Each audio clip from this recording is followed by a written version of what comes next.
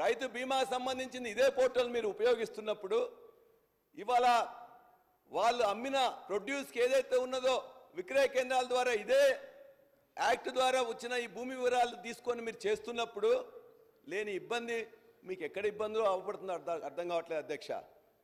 160 లక్షల ఎకరాల్లో 152 లక్షల ఎకరాలు నిక్షిప్తమై వాళ్ళందరూ కూడా చాలా బ్రహ్మాండంగా ఉంటే 7-8 లక్షలకు సంబంధించింది ఉన్నది. దాన్ని అన్నింటినీ కూడా సాల్వ్ చేయాలి.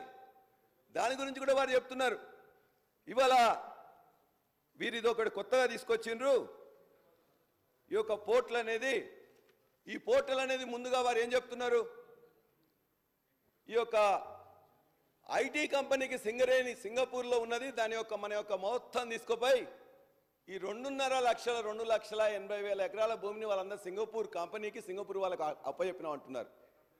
అధ్యక్ష, ఇవాళ Hyderabad is the centre for having all IT companies. You name it, you can have any company. భారతదేశంలో కాదు ప్రపంచవ్యాప్తంగా ఉన్న అమెజాన్ కానీ, యాపిల్ కానీ, గూగుల్ కానీ, మైక్రోసాఫ్ట్ కానీ రకరకాల కంపెనీలు మొత్తం కూడా ఇక్కడే ఉన్నాయి. వారి డేటా సెంటర్స్ కూడా ఇక్కడే ఉన్నాయి. మన దేశం సంబంధించిన ఇవాళ టీసీఎస్ కావచ్చు, ఇన్ఫోసిస్ కావచ్చు, ఇంకో కంపెనీ కావచ్చు, రకరకాలు భారతదేశంలో కాదు ప్రపంచంలో ఉన్న అనేక కంపెనీల యొక్క ఆర్డర్స్ తీసుకుంటాయి. ఇంక్లూడింగ్ వాళ్ళ రక్షణ విభాగానికి సంబంధించినవి కూడా, అమెరికా రక్షణ విభాగానికి సంబంధించిన ఇన్ఫర్మేషన్ కూడా వాళ్ళ యొక్క డేటా సెంటర్స్ వారు ఎక్కడైనా పెట్టుకుంటారు. టీసీఎస్ అమెరికాలో పెట్టచ్చు, హైదరాబాద్లో పెట్టచ్చు, ఢిల్లీలో పెట్టచ్చు, ఎక్కడైనా పెట్టుకోవచ్చు. ఒక కంపెనీకి మనం అది ఇచ్చినప్పుడు అది ఐక్లౌడ్లో ఉంటుంది కాబట్టి దాని గురించి పెద్ద మనం చింతించాల్సిన అవసరం లేదు. అదేదో మనకు తెలిసిన వాళ్ళకి ఇచ్చినామని, లేకపోతే అదేదో సింగపూర్ వాళ్ళు మొత్తం కూడా మన భూమిని అంతా గుంజుకోపోయినరని, అసలు ఐటీ కంపెనీ అంటే ఓన్లీ తెలంగాణ వానికి, హైదరాబాద్ వానికి, మన వాళ్ళకే ఇవ్వాలని, ఇవన్నీ లేనిపోని అనుమానాలు ఇలా క్రియేట్ చేస్తూ ఐటీ కంపెనీలో ఐటీ కంపెనీ ఇచ్చినప్పుడు మంత్రి గారు మాట్లాడుతున్నారు. గౌరవ సభ్యులు చెప్పినట్లు తెలంగాణ రాష్ట్రం ఏర్పడిన తర్వాత ఐటీ సెక్టార్లో ఈ రాష్ట్రాన్ని ఎక్కడికో తీసుకుపోయినమని చెప్తారు. గతంలో మీరు అంటే ఎక్కడికో తీసుకుపోయిన తెలంగాణ రాష్ట్రంలోని ఐటీ సెక్టార్ని మీరన్నట్టు సింగపూర్ కంపెనీతో మీరు పెట్టుకున్నారని మీరు ఒప్పుకుంటున్నారు కదా. మరి ఇక్కడ ఎంత స్ట్రెంగ్త్ ఉన్నప్పుడు ఐటీ సెక్టార్లో మన దగ్గర మనకు ఒక వ్యవస్థ ఉంది కదా, కనీసం ఆ వ్యవస్థతో టైఅప్ పెట్టుకోవాలనే ఆలోచన కూడా మీకు రానందుకు నాకు నిజంగా బాధ అనిపిస్తుంది అధ్యక్ష.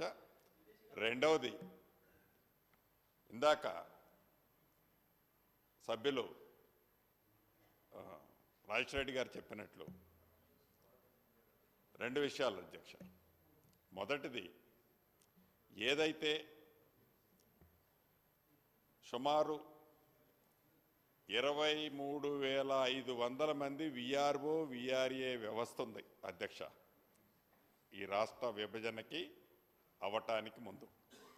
రాష్ట్ర విభజన వచ్చిన తర్వాత 2020 మీ చట్టం ప్రకారం, 2023 మీరిచ్చిన మెమోలో జీవో ప్రకారం ఈ 23,000 విఆర్ఏ విఆర్ఓ వ్యవస్థను మొత్తాన్ని కూడా మీరు ఏ రెవెన్యూ గ్రామంలో సుమారు 10,954 రెవెన్యూ గ్రామాలు ఉన్నాయి. ఈ 10,954 రెవెన్యూ గ్రామాల్లో రెవెన్యూ వ్యవస్థకు సంబంధించిన ఒక్క వ్యక్తిని మీరు చూపించండి ఆ గ్రామానికి స్పెసిఫిక్గా. RI, MRO, RDO, sub collector or special collector or collector తప్ప ఈ రెవెన్యూకి సంబంధించిన వ్యవస్థలో ఉన్నది మొత్తాన్ని, అంటే ఈ వ్యవస్థనే కుప్పకూల్చి ఈ రెవెన్యూకి సంబంధించిన వ్యవస్థకు సంబంధించిన టీమునే లేకుండా గ్రామాల్లో మీరు చేంజ్ చేశారు అన్నారు. మేము ధరణి పేరుతో ఉన్నదాన్ని మార్చడానికి ఏదో భూమాత చేయటం కోసం మేము చేశామన్నది కాదు. మీకు చాలా స్పష్టంగా ప్రజలు తీర్పిచ్చిన తర్వాత కూడా, మొన్న అసెంబ్లీ ఎన్నికల్లో ప్రజలు తీర్పిచ్చిన తర్వాత మీకు ప్రధానమైంది ఈ ధరణి పోర్టల్తో మీకు వచ్చిన ప్రమాదం అని ఇప్పటికీ కూడా మీరు గ్రహించకపోవడం చాలా బాధాకరం అధ్యక్ష. తమరి ద్వారా వాళ్ళకి తెలియజేస్తున్నా. నేను ఆనాడు పార్లమెంటు సభ్యుడిగా ఉన్నప్పుడు మీరందరూ గుండె మీద చేసుకొని చెప్పండి. కూర్చున్నమాట వాస్తవం. ఒక 6 గంటలు 10 గంటలు 12 గంటలు మనం ఒక మీటింగ్లో ఆనాటి ఆ ముఖ్యమంత్రి గారు మాజీ ముఖ్యమంత్రి గారి దగ్గర కూర్చుంటే 12 గంటలు కూర్చుంటే 11 గంటల 30 నిమిషాలు వారు మాట్లాడతారా మనం మాట్లాడేవాళ్ళమా? చెప్పండి మీరు. అంటే దాంట్లో నేను డెప్త్గా పోలేదని దాన్ని ఏదో మీరు ఇట్లా గోకితే నేను గోక్కుండా ఉండను. ఏమి మాట్లాడినమో ఏం చేసినమో ఏం చేయలేదో మన అంతరాత్మకి అక్కడ ఉన్నాం మీకు తెలుసు, నాకు తెలుసు. మీకు మీ పార్టీ పక్షాన ప్రధాన ప్రతిపక్షంలో ఉన్న మీ పార్టీ పక్షాన సూటిగా ఒక ప్రశ్న అడుగుతున్నా. ఈ విఆర్ఏ వ్యవస్థ ఏదైతే ఉందో ప్రతి రెవెన్యూ విలేజ్కి ఒక మనిషి రెవెన్యూ వ్యక్తి ఉండాలని మీరు అనుకుంటున్నారా? అసలు ఆ వ్యవస్థే అక్కర్లేదు. డైరెక్ట్గా గ్రామ స్థాయిలో ఉన్న రెవెన్యూ వ్యవస్థను తీసుకొచ్చి హైదరాబాద్ సెక్రటేరియట్లో పెట్టాలని అనుకుంటున్నారో మీ సమాధానంలో చెప్పండి అధ్యక్ష.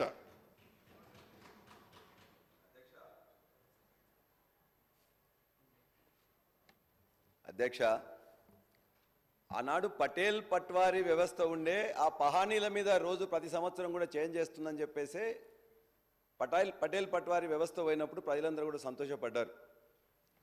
ఆ పటేల్ పట్వారీలే మరలా విఆర్ఓ రూపంలో వచ్చి అదే వ్యవస్థను కొనసాగిస్తున్నప్పుడు ఇది సరైనది కాదు. రైతుకి తన యొక్క భూమి మీద తనకు హక్కు ఉండాలి తప్ప ఏ విఆర్ఓకో వాళ్ళకు ఉండొద్దని చెప్పేసి దాన్ని ఖచ్చితంగా వద్దని చెప్పేసి అనుకున్నాం. ఖచ్చితంగా అధ్యక్ష, మీరు అడిగిన మేము సమాధానం చెప్పినా మీరు సమాధానం చెప్పుకోండి. బాబు నువ్వు సభ్యునివి, మిగతా సభ్యులు మీరు మాట్లాడుకోండి. నేను చెప్పేదానికి మంత్రి గారు సమాధానం చెప్తారు. మీ దగ్గర సబ్జెక్ట్ ఉంటే నేను చెప్పిన దాన్ని డిస్ప్యూట్ చేయదలుచుకుంటే నువ్వు నన్నే రండి ఆపడానికి. స్పీకర్ గారితో మేము మాట్లాడుతున్నాం, మీరెందుకు నన్ను అడుగుతున్నారు? మేము ఖచ్చితంగా చెప్తున్నాం, పటేల్ పట్వేర్ వ్యవస్థకు మరో రూపంగా ఉన్న విఆర్ఓ వ్యవస్థను ఉపయోగించకుండా రైతులకు రైతు యొక్క భూమి మీద హక్కు ఏ విధంగానైతే ధరణి రూపంలో ఇవాళ కొత్త పాస్బుక్ రూపంలో కల్పించిన మహనీయుడు కేసీఆర్ గారు. అది మీరు అవునన్నా కాదన్నా ఖచ్చితంగా ఉన్నది. అదే ధరణి ఉపయోగించి ఇలా రెవెన్యూ మంత్రి గారు ఇక్కడ ప్రవేశపెట్టారు. ఏమన్నారు? ఎల్ఆర్యూపీలో వచ్చిన మొత్తం కూడా అప్లికేషన్లు 18,94,000 అయితే మీరు ప్రభుత్వంలోకి వచ్చే నాటికే దరిదాపుగా 16,46,000 అప్లికేషన్లు సాల్వ్ చేయబడ్డాయి. 2,48,000 ఉన్నాయి. మీరు వచ్చిన తర్వాత కూడా 1,87,000 వస్తే 4,35,000 ఉన్నాయి. ఈ 2,81,000 ఈ 2 గౌరవ సభ్యులకి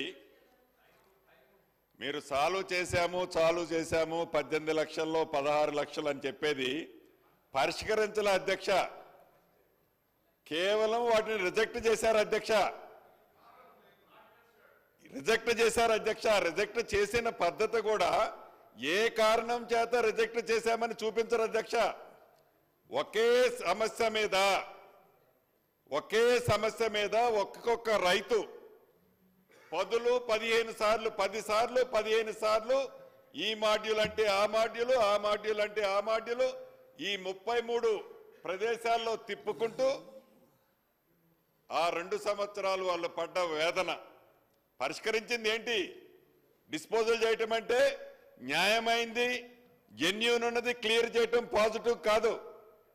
అప్లికేషన్ వచ్చింది, నా టేబుల్ మీద నుంచి పక్కోడికి రిజెక్ట్ చేశాననేది చేశారే తప్ప ఆనాటి సమస్యలు ఈనాడు 2,45,000 అప్లికేషన్లు ధరణిలో పెండింగ్ ఉంటే మళ్ళీ 1,10,000 18,000 వచ్చిన తర్వాత ఇంకా ఇప్పటికి 1,40,000 పెండింగ్ ఉన్నాయి అధ్యక్ష. అంటే ఈ ప్రభుత్వం వచ్చిన తర్వాత ఈ రిజెక్ట్ చేసే దాంట్లో కూడా చాలా స్పష్టంగా రీజన్ ఇస్తున్నాం. ఇది కాదు ఇదని చెప్తున్నాం అధ్యక్ష. డిస్పోజల్ చేయటం అంటే ఉన్న మన దగ్గరకు వచ్చిన పేపర్ని పక్కకు పంపించడం కాదు, రిజెక్ట్ చేయడం కాదు, జెన్యూన్ ఉన్నట్టు వాటిని కూడా మీరు క్లియర్ చేయలేని పరిస్థితి ఆనాడుంది. ప్లీజ్ అధ్యక్ష, నేను మొదలు పెట్టక ముందే వారే మొత్తం కూడా ఇప్పుడే క్లారిఫికేషన్స్ ఇవ్వడం కాదు అధ్యక్ష. దయచేసి మంత్రి గారికి విజ్ఞప్తి, నేను పూర్తిగా అయిపోయిన తర్వాత మీరు దయచేసి ఇస్తే, ఎందుకంటే మేము మొదటి కొత్త సభ్యులం అధ్యక్ష. మీరు ఇట్లా పదే పదే అడ్డుకోవడం వల్ల మాకు ఇబ్బంది అవుతుంది.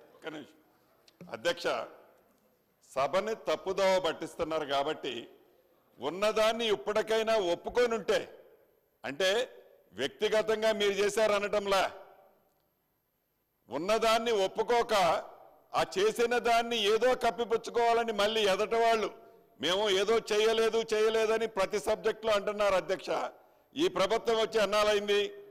7 నెలలు పూర్తయింది. ఈ 7 నెలలు పూర్తయిన దాంట్లో ఎన్నికల కోడే 100 రోజుల పైచీలకుంది. ప్రతి దాంట్లో మీ ప్రభుత్వం మీకు ఓపికే లేకపోతే ఎట్లా? 1 సంవత్సరమో 2 సంవత్సరాలు గడిచిన తర్వాత మొన్న బడ్జెట్ ప్రవేశపెడితే దాని మీద కూడా రచ్చరచ్చ. అంటే ఏంటి? ఏ బడ్జెట్ ప్రవేశపెట్టినో, ఏ బడ్జెట్లో ఏం చేయలేకపోయినో అప్పుడే మీ విమర్శలేంటి? అంత ఆతృత ఎందుకు మీకు? ఇప్పుడు ఈ ధరణిలో కూడా చేసిందంతా మీ పుణ్యం. ఆత్మహత్యల